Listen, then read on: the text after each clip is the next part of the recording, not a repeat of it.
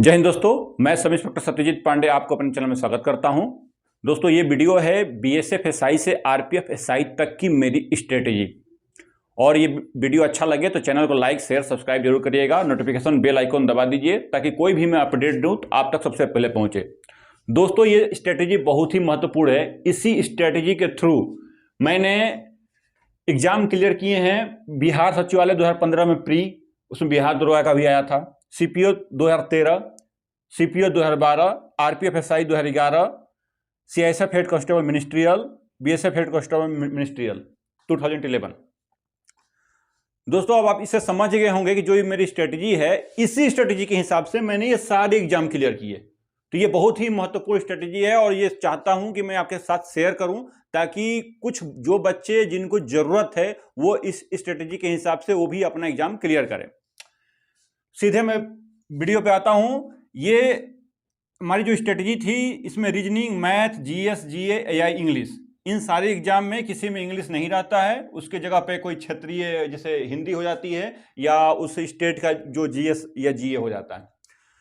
सबसे पहले मैं रीजनिंग से करता हूं। रीजनिंग के लिए मैं ये एक आईक्यू है, जनरल आईक्यू। जिसका आईक्यू ठीक रहता है लगभग उसका रीजनिंग भी सही रहता है। अगर रीजनिंग और अच्छी करनी है तो आप सिलेबस कंप्लीट करिए, मॉक टेस्ट कंप्लीट करिए और उसके जितने भी आंसर हैं उसको आप रेगुलर रीजनिंग अभ्यास करते रहिए। आपकी रीजनिंग दिन पर दिन आपकी डेवलप होती जाएगी, बेहतर होती जाएगी।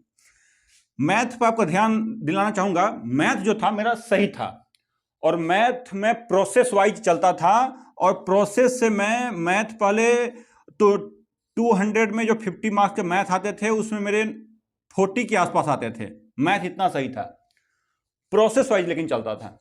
लेकिन जो मार्क्स नंबर वो मिनट्स लगते थे वो 45 मिनट्स मेरे लग जाते थे। 2 घंटा का पेपर होता था जिसमें 45 मिनट्स मेरे मैथ्स में ही लग जाते थे। मैंने ये प्रोसेस बिल्कुल खत्म किया और मैंने स्टार्ट किया ट्रिक।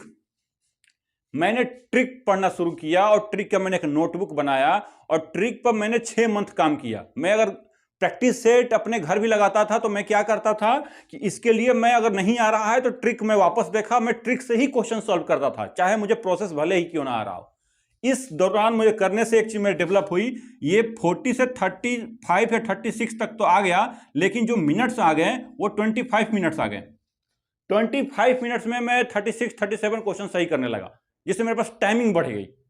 इसीलिए मैंने ट्रिक का इस्तेमाल किया और बाद में ट्रिक और बेहतर हो गया और मेरे मार्क्स और अच्छे आने लगे। जीएस और जीए, मेरा जीएस और जीए कभी स्ट्रांग नहीं रहा स्टार्टिंग से। 2011 से मैंने शुरुआत किया, लूसेंट से मैंने शुरुआत किया था।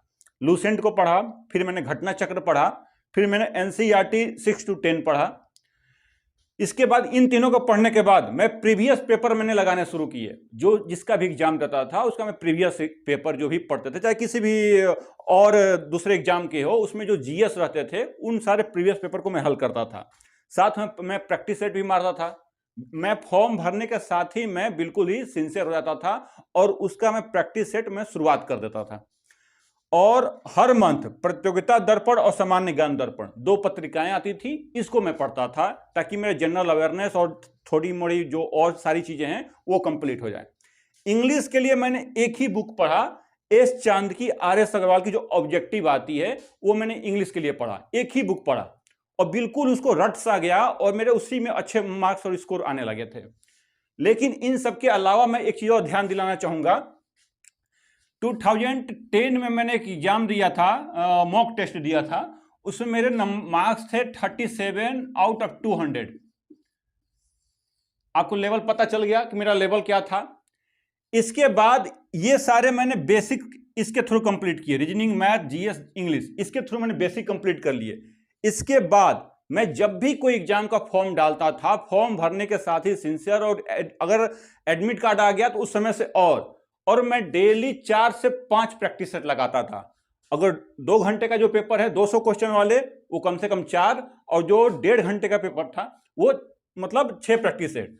तो 6 प्रैक्टिस सेट और उसको सॉल्व करने में या तो 4 या तो 6, उसको सॉल्व करने के लिए हम एक्स्ट्रा टाइम देता था।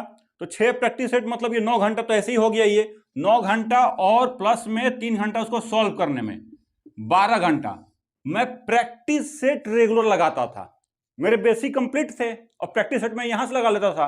तो सोचिए, अगर मान लीजिए आप किसी एग्जाम के लिए 500 प्रैक्टिस सेट लगा लिए, यकीन मानिए कई साल में प्रैक्टिस सेट लगाने से तो ये हो गया था कि मैथ को मैं देखते ही मेरे को लगभग नंबर भी याद हो गए थे और उसके आंसर में लगा देता था। इंग्लिश में बहुत सारे, इंग्लिश में उतना स्ट्रांग नहीं था, तो मैं क्या करता था कि इंग्लिश में कई सारे आंसर दूसरे के, मुझे पता था कि इसका क्वेश्चन तो दूसरा है, तो मैं इंग्लिश का भी सही करने लगा था। तो मेरी यही ट्रिक थी, जब भी मैं कोई फॉर्म डालता था मैं उसी दिन से प्रैक्टिस सेट लगाने शुरू कर देता था, क्योंकि मेरी ऑलरेडी पहले बेसिक इसके थ्रू मैंने कंप्लीट की थी। तो 2 से 3 में प्रैक्टिस सेट लगाता था और एडमिट कार्ड आने के बाद ये संख्या में बढ़ा देता था। 4 से 5 प्रैक्टिस सेट मैं डेली लगाता था।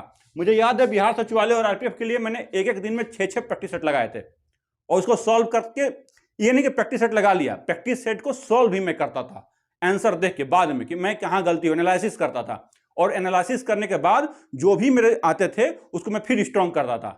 तो आपके पास जितने सारे आंसर होंगे, जितने सारे अपने क्वेश्चन देखे होंगे, आपको उतना ही मजबूती मिलेगी। आपने एक फिल्म देखी होगी मुन्ना भाई एमबीबीएस, उसमें संजय दत्त इतना पढ़ लेता है गांधी जी के बारे में, उसको हर जगह गांधी जी ही दिखते थे। तो यकीन मानिए बिल्कुल ही ऐसा हो जाएगा। जब आप किसी भी सब्जेक्ट को 10 से 12 घंटे लगातार पढ़ते रहेंगे तो आपके सामने आंसर घूमने लगेंगे।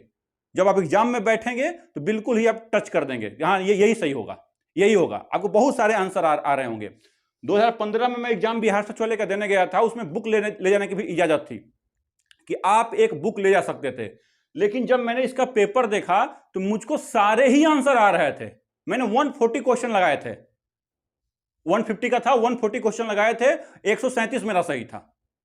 अगर आप प्रैक्टिस सेट लगातार लगाएंगे, जितने सारे क्वेश्चन आप ढूंढ के लगाएंगे और जितने सारे आंसर आपके पास याद होंगे, उतना ही आपको सॉल्व करने में आसानी होगी, ना कि आप प्रोसेस वाइज पढ़ते रहेंगे। ये ट्रिक सबके लिए काम नहीं करता है, मेरे को काम किया, मेरे को सुटेबल किया हो। जैसे पीसीएस जो थ्रोली है, यूपीएससी, उस टाइप का पेपर नहीं है, ये वनडे एग्जाम है।